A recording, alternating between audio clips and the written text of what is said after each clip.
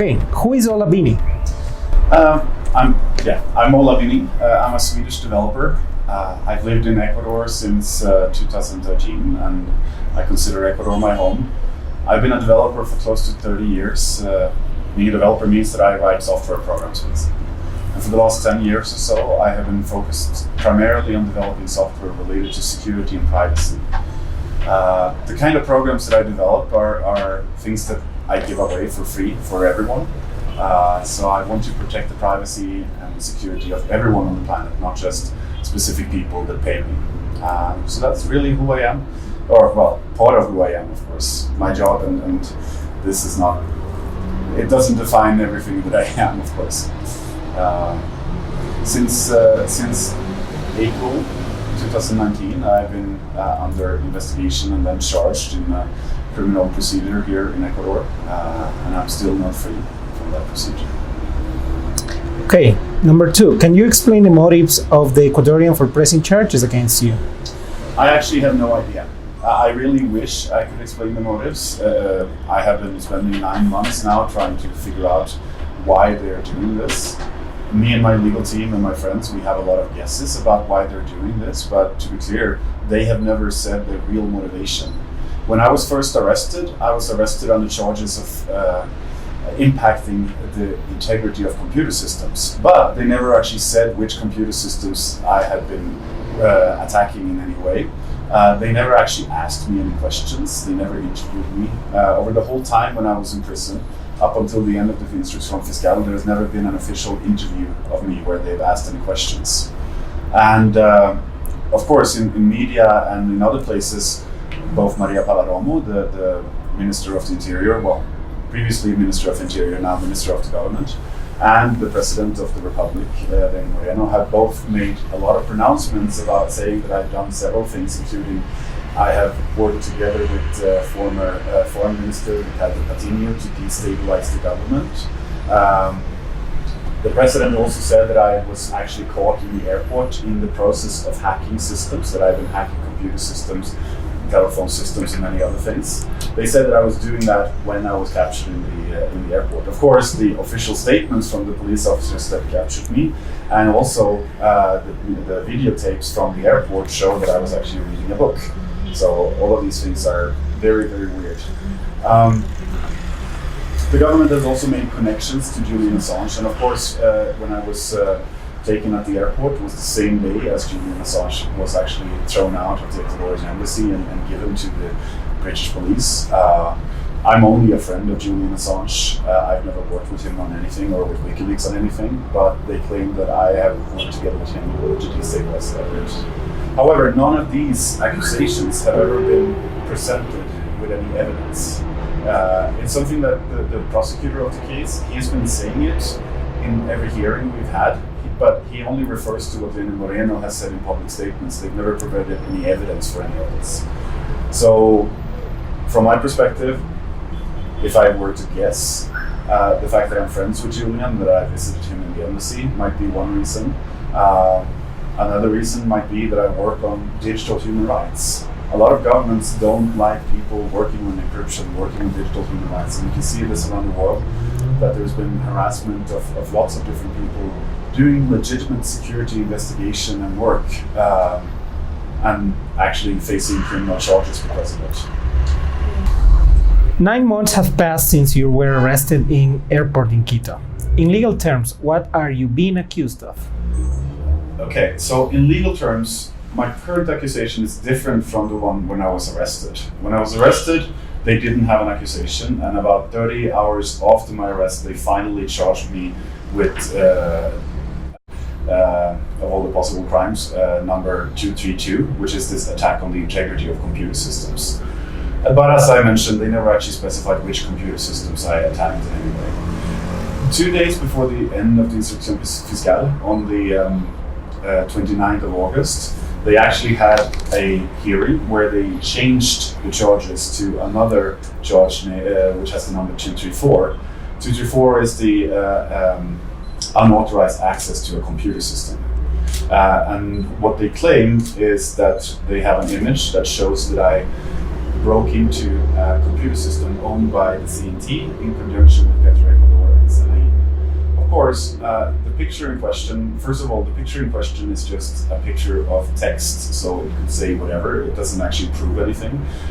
In fact, the technical experts from the prosecution side have already made a conclusion that they can't actually make any informatic, they can't extract any informatic data from it because it's not informatic evidence. However, the government is moving ahead with this, and they also have now an accusation from CNT based on this. They still claim that this proves that I actually entered into CNT system, even though the image in question, if you assume that the image actually shows something that happened, it actually doesn't show me entering a username, it doesn't show me entering a password, it just shows like going to the first page and then doing nothing. So this is what they claim my crime is. And this is, of course, very, very different from what they arrested me for, which was like attacking the integrity of computer systems and impacting the integrity of the Ecuadorian government and working together with many previous Ecuadorian officials in order to, I don't know, sort of revolution or something like those lines. They've said a lot of many things, but what they're now saying is very small. And interestingly enough, they claim, of course, from the beginning that I was working with Patino. They claim that I worked with Rafael Correa in order to do these things. But the accusation of intrusion is actually for October 2015 against the CNT, which, of course, was during Correa's time. And CNT, of course, is a public company. So if they needed anything from inside of CNT, they would presumably have easier ways of doing it than trying to get someone like me to break into it. Okay, number 4.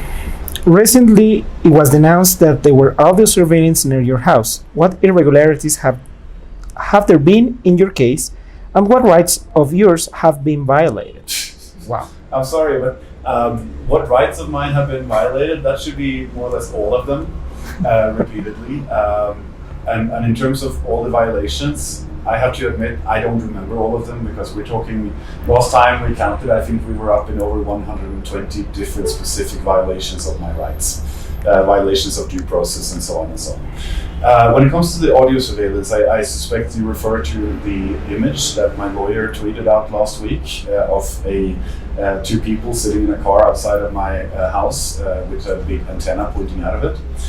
We don't know if this is audio surveillance. We don't know what kind of surveillance this antenna was used for. There are several different possibilities, including surveillance of phone traffic, surveillance of Wi-Fi, or other varieties. So we don't know if it was audio surveillance or something completely different. We do know that they keep following us. Both me and my lawyers and my friends have been repeatedly followed. Most days there is cars parked outside of my building following me when I leave, when I go to work, when I go somewhere else. Sometimes the surveillance is more heavy, sometimes they're not there, but in general, since I came out of prison over 6 months ago, they are still following me almost everywhere I go.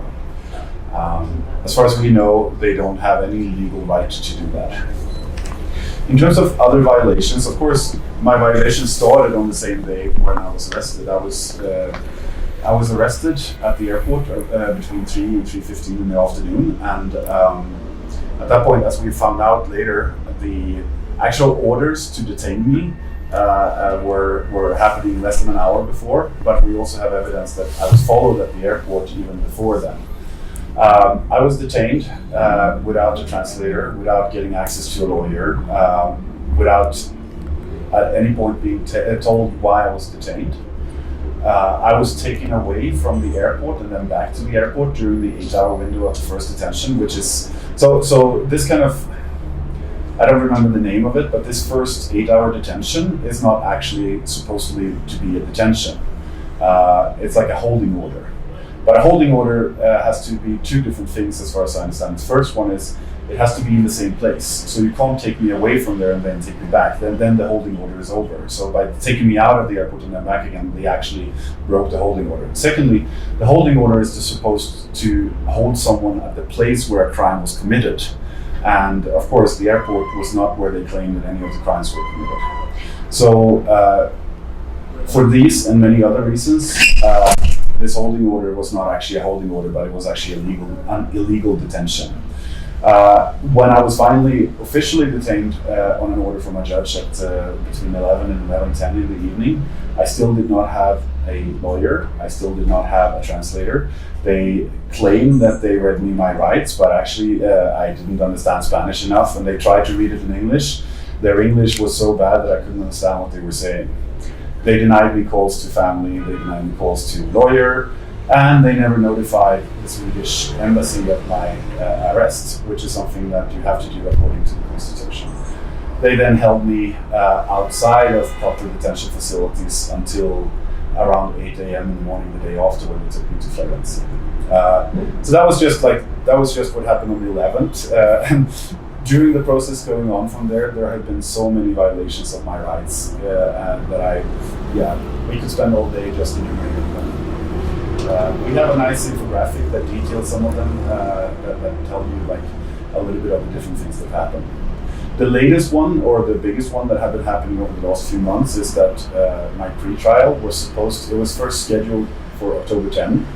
Of course, this is also legal because the Introduccin fiscal ended on 31st of August, and the pre-trial, according to the administrative rules of Ecuador, a pre-trial can only happen maximum 15 days after the end of the Introduccin fiscal.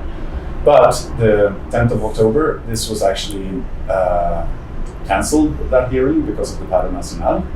And up until Friday, we have not had a date for a pre-trial. So we're basically gone for 3 months, just waiting for them to decide to call to a pre-trial. And during this time, there have been several judges assigned to the case, and they've spent basically all of their time fighting with each other about who can get out of the case, because no judge is interested in having the case. So we've been without judge for most of the case, or for most of the last few months, which is also something that is not proper. And in fact, the provincial court in the end of December finally made a decision about who the proper judge should have been, and they also sent a kind of a warning to the Consejo de Judicatura, saying that this kind of behavior that this judge was not proper, and she should be censored or investigated for it. Okay, number 5. Why is the struggle for digital rights and free software important? So, digital rights, basically, sometimes I feel like this whole idea of digital rights is kind of absurd, because your human rights should be the same no matter whether they are in the analog, I would say real world, but of course we live a lot of our lives in the digital world, so it's as much real as the other world. But our human rights should be the same in both of these places. But the fact is that they are not. The fact is that right now, because digital media, because digital technology makes it so easy to invade privacy and to abuse people's rights in so many different ways, a lot of these kind of abuses happen. The right to security and privacy are much better protected in the analog world. But because surveillance is so simple to do in the digital world, it's something that happens naturally, and a lot of governments claim that the digital place is different. From my perspective, it shouldn't be different, and from my perspective, technology should protect us. We should have the same rights everywhere. I don't feel like that's a very radical statement, but a lot of people seem to think that that's a crazy thing to say. So free software is very important, because without free software, we have no way of doing what the computers are doing. We don't know what the technology is doing. We can't trust that they're doing the right thing. And we know that there are backdoors, we know that there are bugs, we know that there are errors that are in the systems we use. Free software doesn't always fix all those problems, but it makes it possible for us to fix them. It gives us the gives us the chance of fighting back against these kind of attacks on digital rights. For me, privacy is one of those rights that by itself, privacy might not seem like it's super important, but at the end of the day, privacy is something that we need in order to have all the other things that society depends on. Say, for example, elections. Democracy as a concept is based on the idea that people are free to choose who they want to govern them. And without free elections, then the whole idea of democracy kind of goes out the window. But the problem is, if you don't have privacy, if you know that you are going to be surveilled, you don't really have freedom, because you know that your choices will be observed. And if the government are the ones that are surveilling you, well, you're probably not going to be doing the same kind of choices as you would make if the government was not surveilling you. So privacy for me is one of those core principles that is necessary for democracy to function. And there's been studies, Facebook did some, and there's been some other studies that show that when people are being surveilled, their political choices changes. They become more conservative. They don't consider alternatives that they would have considered otherwise. So we know from a lot of research that sociologically, privacy is necessary for democracy. Okay. Why do you think that the preliminary hearing of the trial will happen in February? Yeah. First of all, I have to say I'm skeptical that it will happen in February, because considering what has happened up until now, with multiple delays, with multiple cases where the judges disappear, where things get cancelled for no reason, I would not be surprised if they change the pre-trial date again. It is my feeling that the government is afraid of moving forward in this process because they know that they have no chance of winning unless they proceed with completely illegal means. And they also know that if they proceed illegally, this case has so much international attention that sooner or later, if they do this illegally, this is going to come back to them. Maybe they will win in the lower courts by pressuring the judges to do the wrong thing, but sooner or later, we're going to get to the higher instances. We will get to the Supreme Court, and if that doesn't work, we will get to the international courts. And sooner or later, we will prove that this case has been, first of all, without any basis, and second, has violated every fundamental right of me and of people in Ecuador. Because don't forget, if this kind of thing, if they can do this to me, they are going to start doing it towards Ecuadorian, and they are already doing it towards Ecuadorian, in fact. To the question of why they finally scheduled it, I do think that maybe they also feel that there is this balance, right? Like they probably don't want to ever do it, but they also know that they can't drag it out forever. They can't come up with excuses all the time. So if it actually happens in February, it's because they realize that they have to bite the sour apple and move forward at some point. Okay.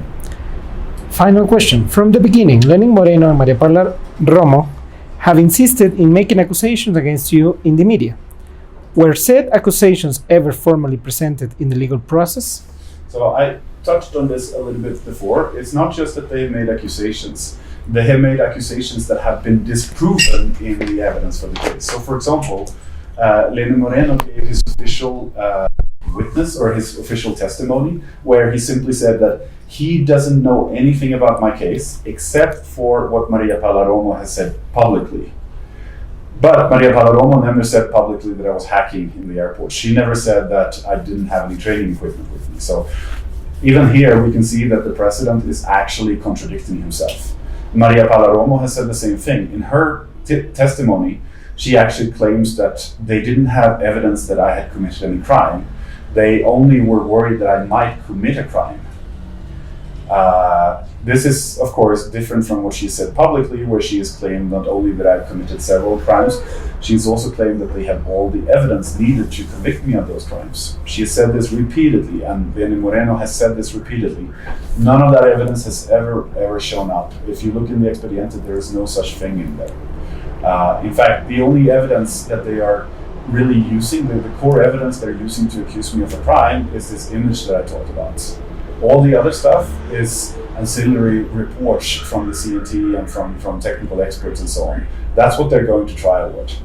So all this talk about having evidence that I've committed a crime is clearly something that was completely made up from the beginning.